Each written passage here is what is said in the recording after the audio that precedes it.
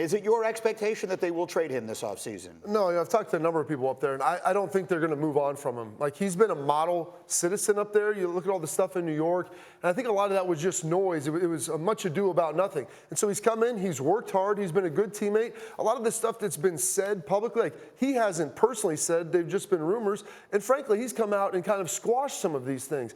And so when you look at trading, and Lewis can tell you this as a GM, you're trying to trade an asset that's valued high. Like right now, he's not performing really well. He has an expensive contract. And so I don't think there's any incentive for them to try to move on from him this offseason. Yeah. Go ahead, Lewis. No, I think people are kind of speculating that he would want to be traded because of how he's been struggling, because of how he hasn't been productive. And they think the old Odell would make a stink and say, look, I want out of here because I'm not the man. And quite honestly, he's giving you none of that. So people are kind of speculating, well, he has to want out of here, right? But everyone keeps saying that he doesn't. And quite honestly, look at it like this. Players don't trade themselves. He can't just go, oh, I'm out of here. I'm just going to go to somewhere else and negotiate a trade. John Dorsey would have to want to trade him. He'd be stupid to try and trade him right now, considering what they gave up to get him and how good he is. Fix the things around him that are keeping him down, that are keeping him from being productive, and see if you can go ahead and build a championship caliber football team. You don't do that by making up problems for people and then shipping off good players like this. I think there's a team already that's pretty close to where we're sitting right now that wishes maybe they didn't ship him off, okay, because he's a darn good football player, and as he showed you, he's a guy who's maturing. He hasn't said a word all year long, not a word. Other people are speaking for him, Greeny, and I think that's a dangerous thing because you're trying to get inside of his head where he's telling you all along, look, I'm just trying to play ball. And that hats off to him for that. I know the point you're making. How nice would it be to develop a young quarterback like Daniel Jones if you had a receiver like Odell Beckham? But let me just put it this way. If you're Odell, if you want out of Cleveland, it seems to me there would be two reasons for that. One is the coach. Sure. Well, they're going to change that. I think that feels like a fait accompli.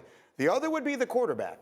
How much of what has gone wrong in Cleveland do you think is the quarterback? Because that's not changing for a long time. Yeah, I think that's part of it. I think there's no question that it's hard to kind of gauge chemistry from afar when you're not there and you don't see it every day as far as how these guys interact in meetings, how they interact in walkthroughs, practice, and then in games. There's a lot of nuance to quarterback-wide receiver relationships that we aren't privy to. But I will say this. They don't seem to be on the same page. Their play calling is part of that as well. And you're right. They're going to start with the coach. They're going to knock him off first.